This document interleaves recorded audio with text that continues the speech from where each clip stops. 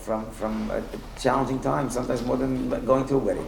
And so when these tzaddikim died, there's what for us to be learned. And at the very least, we know Chazal tell us the reason why they died was shalom nagu kavod zeh. They didn't give each other proper respect. Leave alone the obvious question where the punishment doesn't seem to fit the crime, but leave that alone for now. But the fact they didn't give each other proper respect gives us pause as we're getting ready to get to Shavuos, which is receiving the Torah. If they didn't have the proper midos, really we're supposed to use this time for reflection. Okay, how do we get those proper midos? It's not a coincidence that Rabbi Kiva's students, who are going to be the disseminators of the next generation Torah, but if they didn't have the proper midos, Hashem says, you can't be the next disseminator of Torah.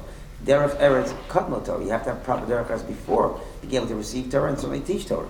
And so it makes sense that while these are days of mourning, and yet at the same time there's days of excitement, the excitement has to be with the lesson of the mourning. Why are we mourning? Because they didn't work on their midos. So we're excited to get the Torah, but the only way we'll be worthy of it is by working on our midos, so to speak. So they do jive on some level. But I want to talk a little about Shalom Abu Kavod Zeh. What does it mean they didn't give each other the proper respect? It's a hard thing to understand on many levels. First of all, they were great people. What does it mean they give each other the proper respect? That's A. B, it's more mind-boggling because Rabbi Kiva was known for was known for many things, but he Amar Rabbi Kiva. Rabbi Kiva said, Zeh klal ladol b'Torah. This is the great golden rule, if you will, of the Torah. V'ahavta l'reacha kamocha. So every fellow Jew is love yourself. If that was his main teaching, if that's what he taught all the time, if that was the bumper sticker on his camel, I don't know what it was, whatever. The bottom line is, if that was his main teaching, it doesn't make any sense that that's the failing that his students would have in that area, that was his main teaching. So that certainly boggles the mind. So I want to talk a little bit, Shalom Nagu covers it. What does it mean to give each other proper respect? And there are many, many explanations. I'll share with you just a few of them. One of them is that they looked at Rabbi Akiva and they looked at themselves. And they said, Rabbi Akiva is a giant. He's a spiritual giant. What have we accomplished? Nothing. And they didn't give each other proper respect. It means even including themselves, they didn't think any of them were worthy of being disseminators of Torah. They didn't think any of them were really worthy of their own right, because they looked at the great finished product called Rabbi Akiva and looked themselves and said, who are we? So now covers that means compared to Rabbi Akiva, they felt they were very, very small. And they missed the point of the Sphira, and therefore they died in the Sphira. We know that, interestingly enough, when we count every single day, and we make a blessing every single day. Really, maybe you should make the blessing when you finish the Sphira, because that's really the mitzvah of Sphira, is to complete those 49 days. Or maybe you should do it at the outset, as it started, but why every single day? But you kind of in the process. The answer is because every day is another step, and every step is worthy of bracha. So rather than look at Rabbi Akiva and say, well, we're not there yet, and we're nothing, no. Every step that we take in our growth is worthy of a bracha. And that's where they failed, and that's why they still died during the Zimei Sphira, where the lesson is just the opposite. Every step that we take, every productive step that we take is something worthy of a blessing. Speaking of blessings, it is interesting that there's no Shechiyanu blessing made during these days of Sphira, when you count, right? No Shechiyanu blessing. So I want to share with you a very interesting thought. This is a little bit off topic, but we're talking about blessings, so I'll mention that. Why is there no Shechiyanu blessing? So one interesting idea is like this, that we know on Pesach, God bestowed upon us the highest levels of holiness. And we really were unworthy. We were on the 49th level of impurity, teetering on the brink of spiritual extinction. And then God shares with us a glimpse of what our greatness could be and our potential. Right? And then he took it away after the first night of Pesach. Then during the days of Sphira, that's when we're supposed to relearn and re-earn and integrate these on a step-by-step. And it makes sense. Easy come, easy go. God gifts us the 49 levels. Well, as a gift, we know that it doesn't remain that way. And so God gave us a whiff. He wanted to give us a glimpse of what we're capable to inspire us. But then he said, okay, now relearn it. Retrace those steps. And now that you know what you have inside, take it one step at a time. So it could be you don't say Shechiyanu, because there's nothing new going on these 49 days. We're just simply taking what we got the first day and then reintegrating into our lives. So it's not anything new. It's really taking that which we had. As an aside, Again, I'm just a little ADD. So, as an aside, one of the reasons maybe why you don't even make, I want to say once, why you don't make a shechiyanu when you get married under the chuppah. Why is it no shechiyanu? So I want to say like this, that an interesting idea, that when you buy something new, you make a shechiyanu, right? What else you bought something new and then you lost it immediately, right? Well, I tell you that you bought something new, you lost it. I'm sorry, you bought something new, you made a shechiyanu, you wore it, and then you lost it. And then you find it, and you're so excited 3 weeks later, or 3 months later, or a year later. When you find it a month later, or a year later, you make a shechina because it's like you got it all over again? No, you don't. So it could be the same thing. A chasna, under a chuppah, a husband and wife aren't discovering each other, but rediscovering each other. This is lost items. They were one neshama up in Shemayim. They came down to this world as 2 neshamas, and they're refinding each other. So it's not something new that they're finding. If it's something new they'd find, they have to make shechiyanu. What they really do is rediscovering the lost half of themselves, so to speak. So no shechiyanu is said. It's much like I'm saying now that shechiyanu, there's no shechiyanu said by the seerah, because again, we're just retaking that which was shared with us. Okay. Once we're talking about that, we'll also mention that that's the idea behind, well, let's hold up for that. Okay, good. So, we got the idea that there's no shechiyanu because of that glimpse of greatness that he gave us, and then we have to re-earn it, so to speak.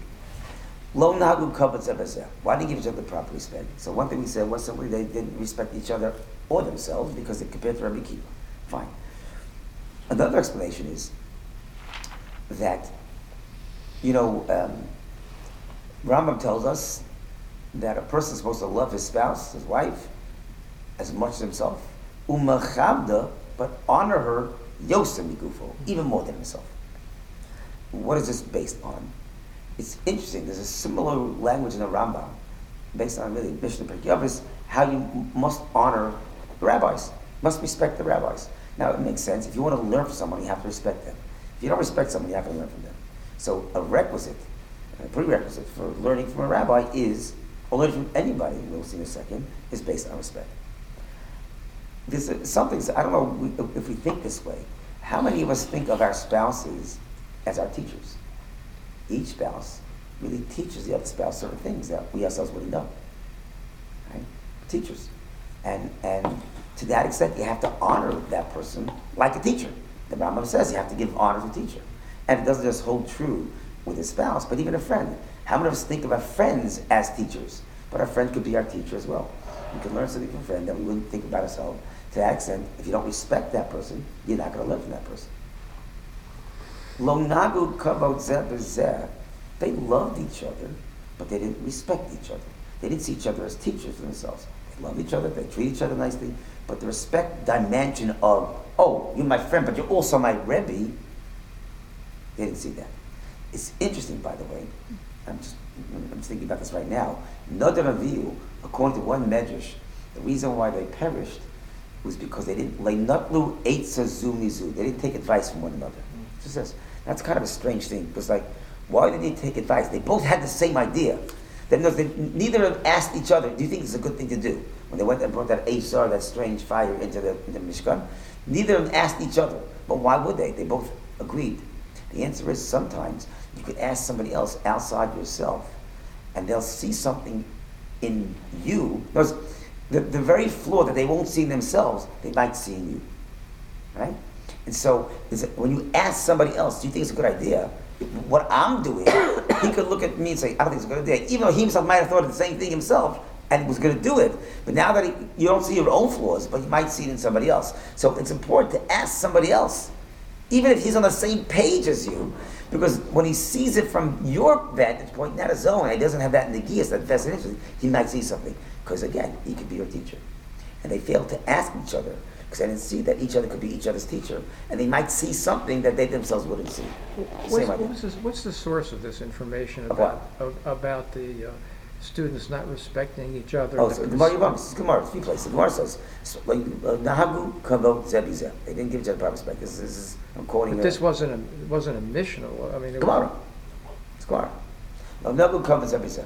Okay, so that's a sex explanation. So why do we always blame the Nesiim, the rabbis of those days? Why don't we just say the people actually didn't respect one another. But we are They saying, were really, stabbing one another in the back and, doing all kinds of horrible things to one another. well, we're talking about why these I particular mean, the students. rabbis, obviously, the rabbis are, a lot of them are, they can do only so much. You can't expect, like godliness Right. from rabbis. Right. So we blame rabbis, at times, yes, but to sit down and blame the rabbis, I Well, no. don't think it's necessarily respectful for our tradition.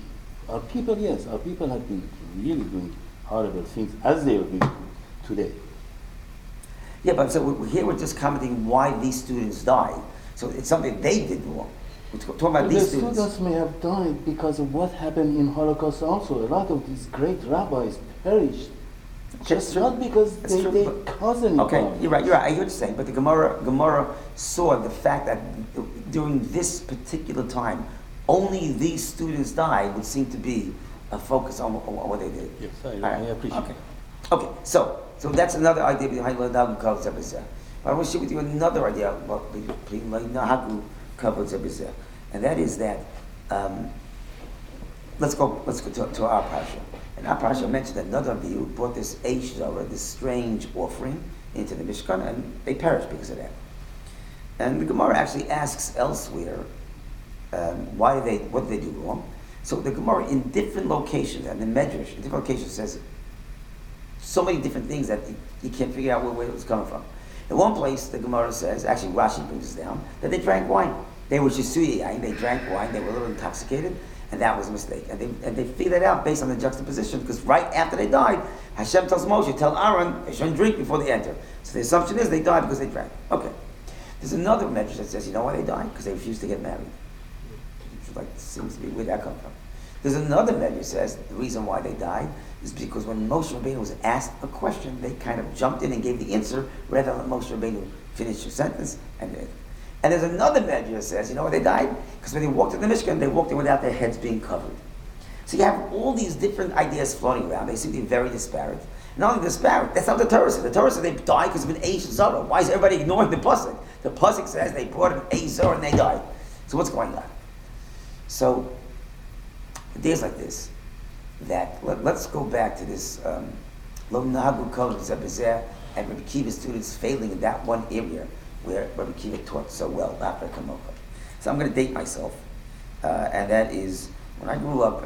There was a very famous book that became a movie that was really pretty lousy. It was actually nothing of any literary value, but it was extremely popular. It was called Love Story. I don't know if you remember it all.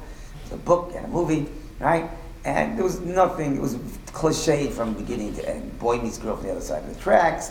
The boy comes from an aristocratic family. The girl's from, kind of a blue-collar family. The father is an overbearing father on the son. He says, don't you ever dare get involved in this, simpleton.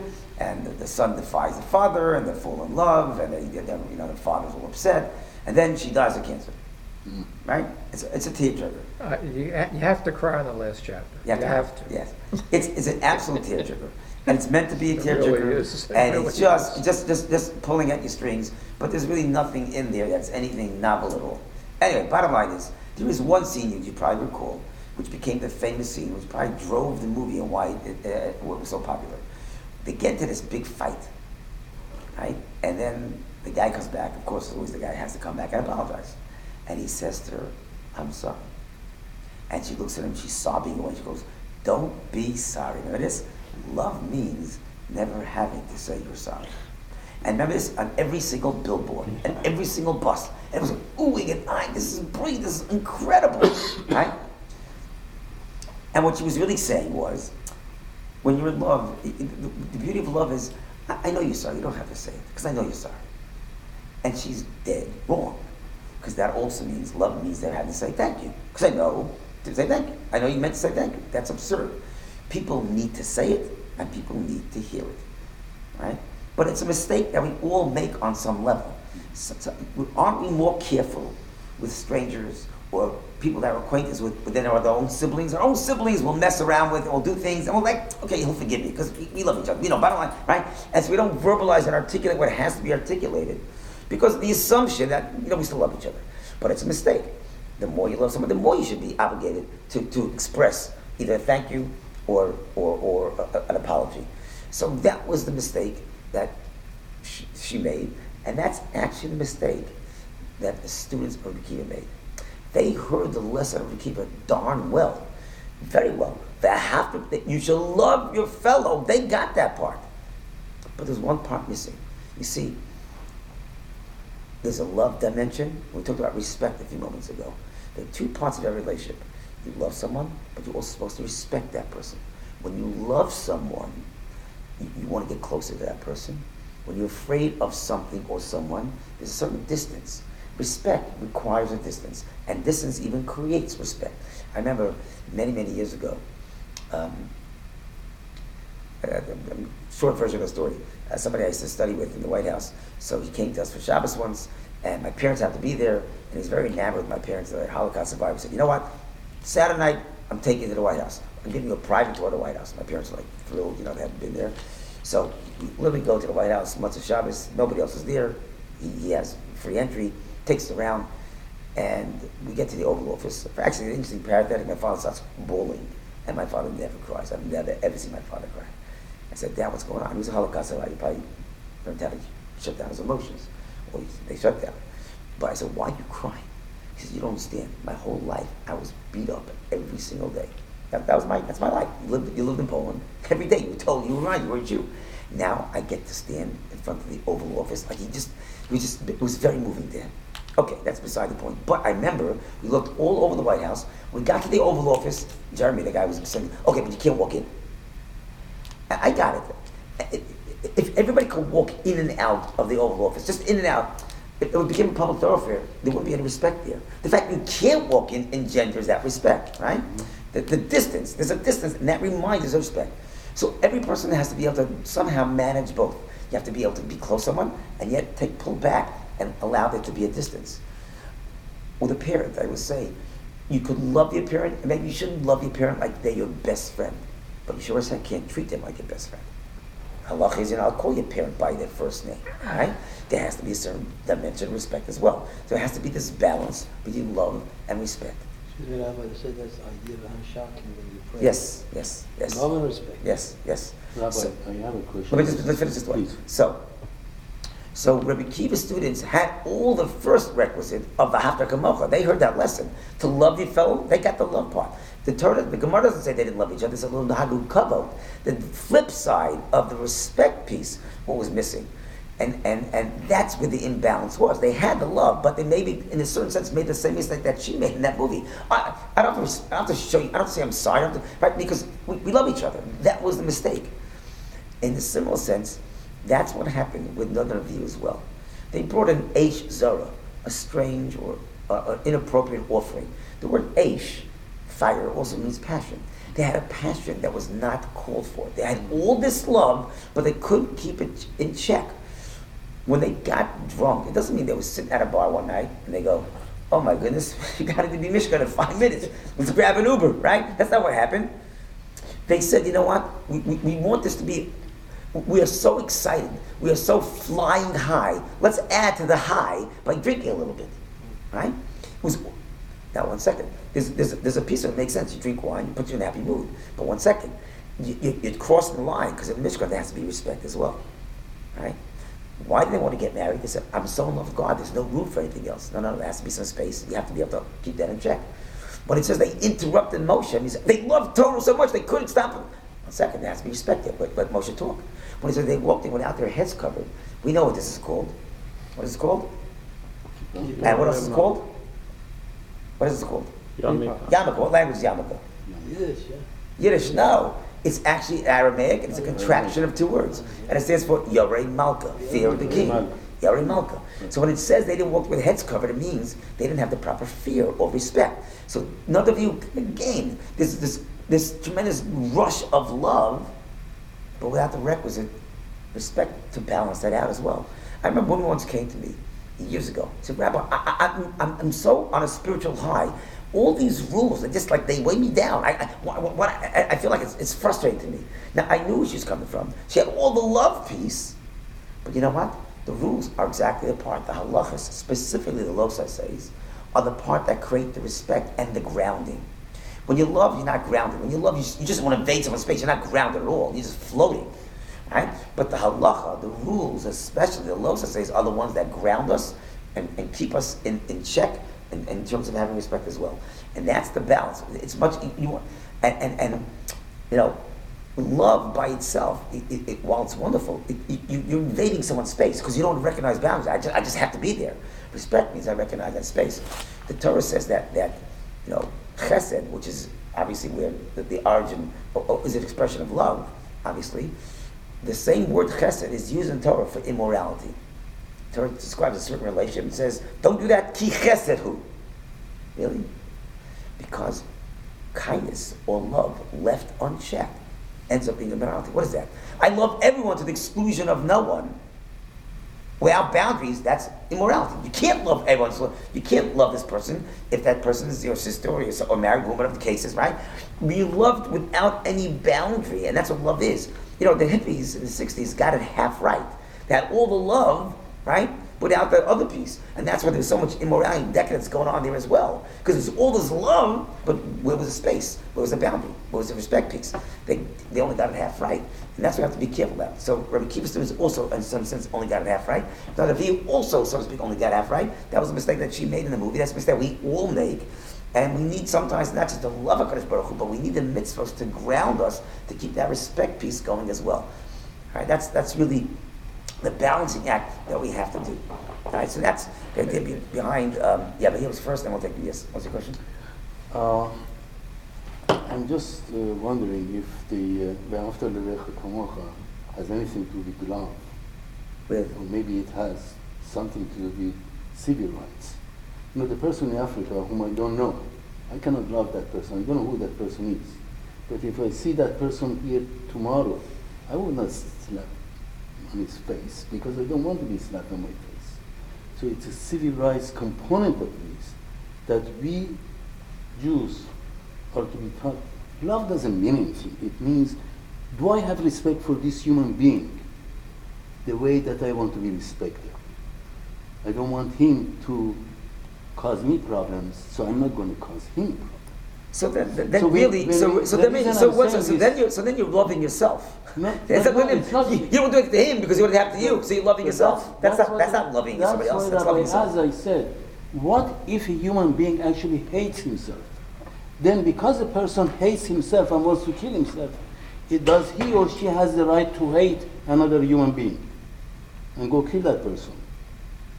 You know, that becomes a problem. And that comes from Rabbi Azai from the time of Rabbi Akiva, which, you know, questioned this same exact question. And basically he said it has nothing to do with love. It has to do with the fact that society has to stand beyond love. The one that we love is Hashem. It says v'ahavta l'rechamocha. How do you go over those words? V'ahavta, you should expect and want. That's not It doesn't say v'ahavta re'echa kamocha. Okay. It says v'ahavta le're'echa. Because love is an action, not just an emotion. So you have to give v'ahavta l're'echa. Love, give to. Le, that means for. No, to. To. Okay. To somebody. Okay. And that means give. It's a gift. That this action has to be a gift. Well, because every act of love is an act of giving. As you expect it to be done to yourself. You don't want somebody to steal something from you. You don't go and steal from him. But it doesn't have anything to do with love. Oh, I love this person, but I'm stealing from him every day. Wouldn't make sense. It has happened to me. It happened to a friend of mine whose house was broken in last week, an older person. 89 years old. And he says, I know, it was my friend who broke into my house and stole these things. Just had a conversation with him yesterday. Two friends love one another. Obviously not. Obviously not. No, so it has obviously not. nothing to do with love. No, they didn't love. That's the answer. No, even if you love. That doesn't mean they didn't love. Doesn't mean that's not love. It means he didn't love him. That means he didn't love. That's what it means. I'm sorry, that's what it means. Doesn't mean you love your enemy. No. Okay. So but you would have civil rights and civil respect for your enemy as well. I don't know what that even means, but okay. Yeah, you know, a Muslim comes here. A Muslim, no, this is a universal commandment. You know, in the Torah, it's not a commandment for the Jew, because it's for Jew. then we are going. For the Jew. If After it amongst is, the Jew. then I think we are discriminating A poet against from 800 years ago in Shiraz, he said something really, really fascinating. Sadi, it says Exactly. the world is part of one body. When one part of the body aches, the other part of the body feels it, right? So we all humans are part of one being, God, right? So when you hurt one, or you see someone is hurting, we're all interconnected. So you see the effect. Do you see what I mean? You see the effect somewhere else. It says we are all created from the same. That's amazing, how we got this. The same material. There's something that doesn't make sense here. The two brothers, no two people are ever exactly alike, that think exactly alike.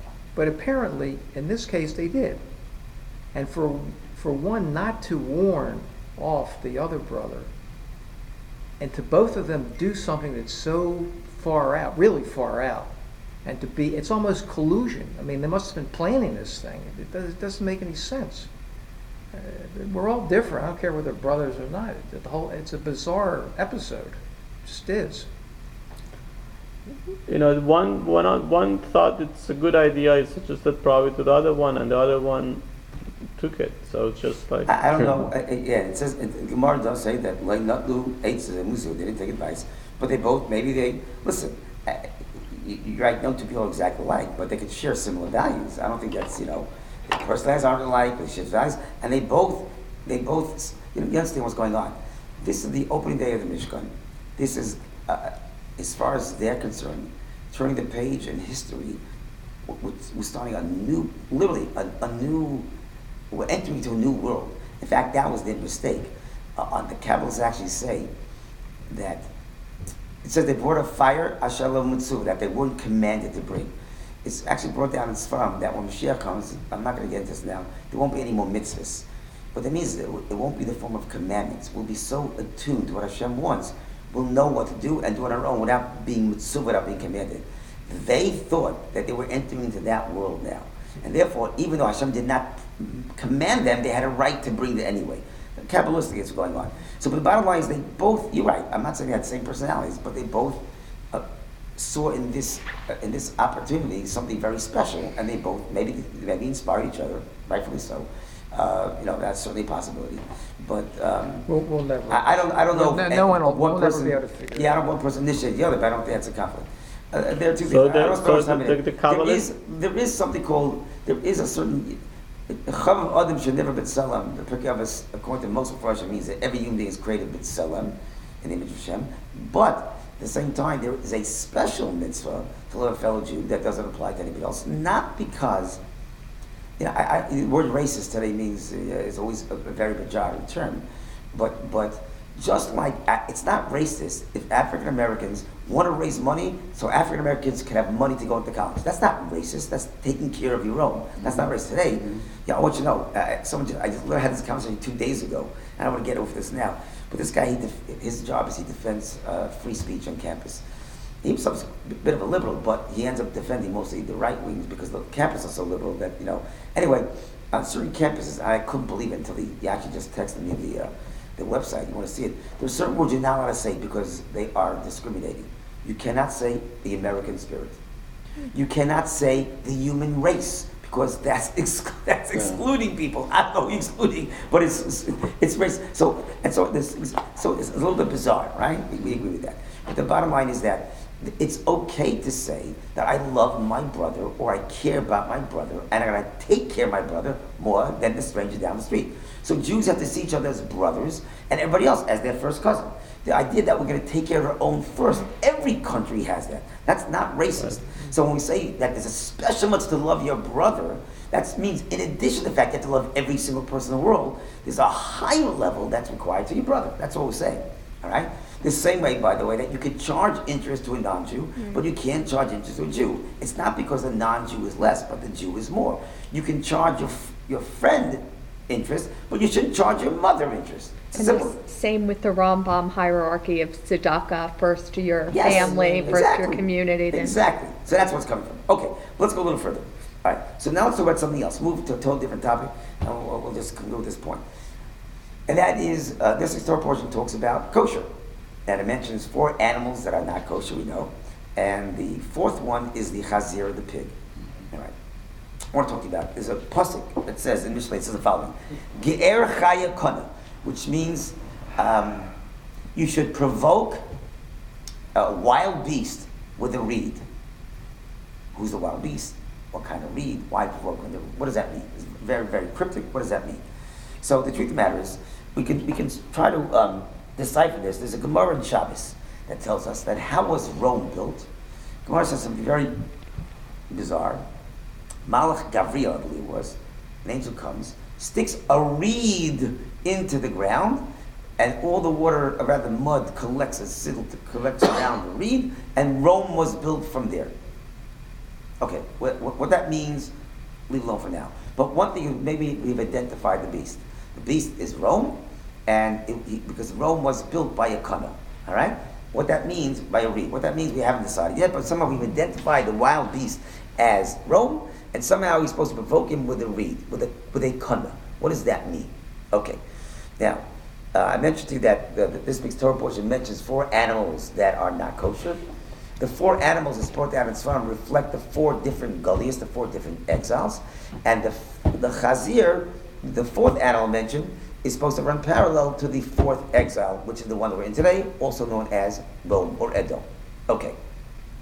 Now we know that Esav, he got married at 40 to Basmas, and Rashi tells us, he said, my father got married at 40, so I'm also getting married at 40, because I want to show my father that I'm a tzaddik like him.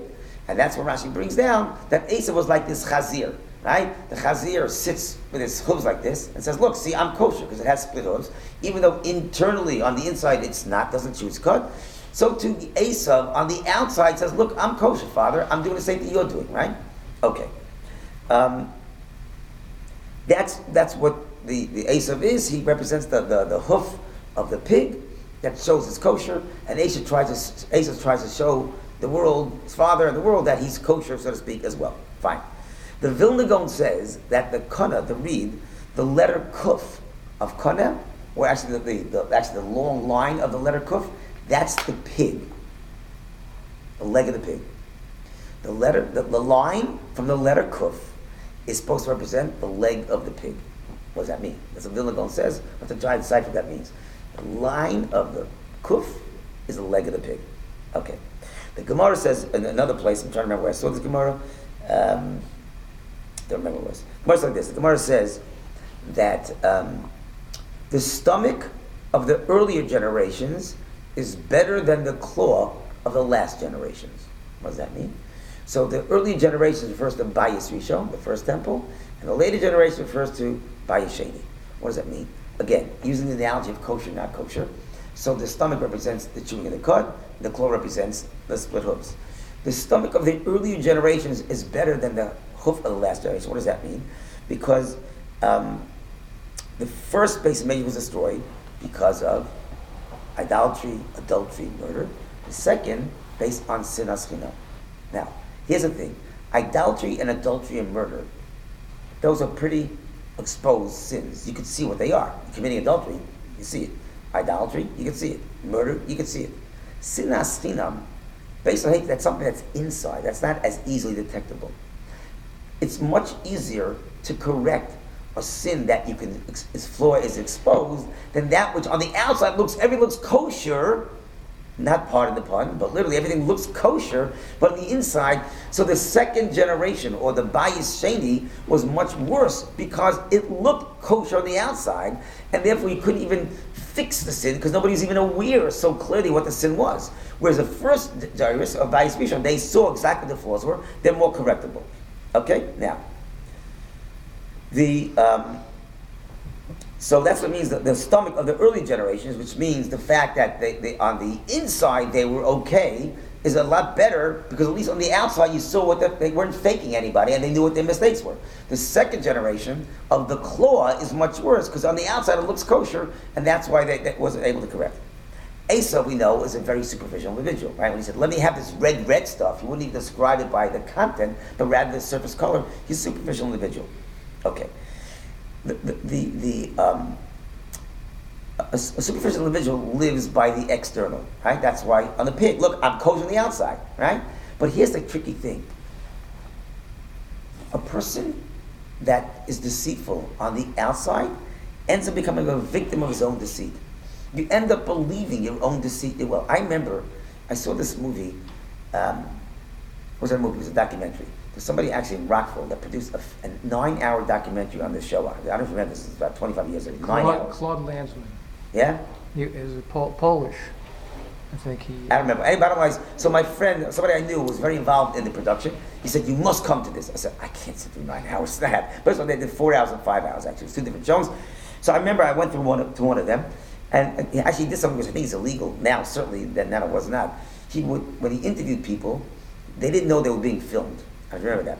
Right? Anyway, I remember they interviewed this one guy. They interviewed a lot of guys. They interviewed one guy living in a certain town. He said, I saw trains coming with tons of Jews inside, leaving Auschwitz with nobody. What were you thinking? What did you think was going on? So he said, and this guy was not a philosopher. This guy was clearly a blue collar, you could see, He said, you lie long enough, you end up believing your own lies. And it was a very profound statement. And, you lie long enough, you end up believing your own lies. And so Esau becomes a victim of his own deceit. So he's superficial, and he ends up believing that he's actually kosher. And that's the problem. In fact, let's go back to the image. The Torah says, Bihi baram. Hashem created the world, Bihi baram. The Medrash says, Behei baram. Hashem created the world with the letter Hey. Bihi baram, Behei baram. And then the Gemara says something in Shabbos that says, it sounds very juvenile, it seems rather oversimplified, that the world is like a letter Hey. If you sin, you fall out the bottom. But you can't come back the same way. And so if you want to come back, you have to come back to that little gap between the roof of the hay and that little line over there. It sounds a little kind of childish, right? But that's what it says. You fall at the bottom, you can't come back the same way, and you have to come to the side.